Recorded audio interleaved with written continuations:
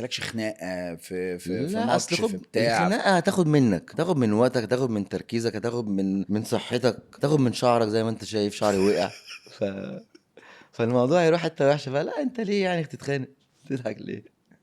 حاجه تاخد من شعرك. لا شعري ضرب وقع تعليق السنه دي اسود. والله. ما ايه اللي حصل؟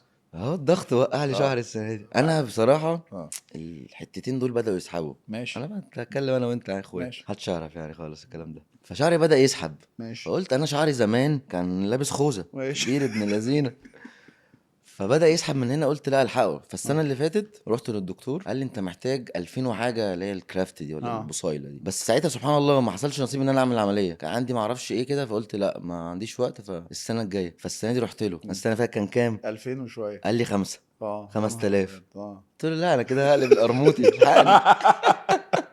انا لو منك اسال صلاح اقول له انت عملتها فين يا لا ابو صلاح. صراحة سألت طبعا ما شاء سألت الله بس عاملها. بس ما رضاش يقول لك. قال لي بس غالية قوي. بعدين ما شاء الله صلاح عاملها عند. خلاص بقى ما تقولش عشان هو مش عايز يقول لا هي مش ما قاليش طبعا، بس اه هو بيكاسو يعني. امم عاملها عند رسام ما شاء الله حلو قوي.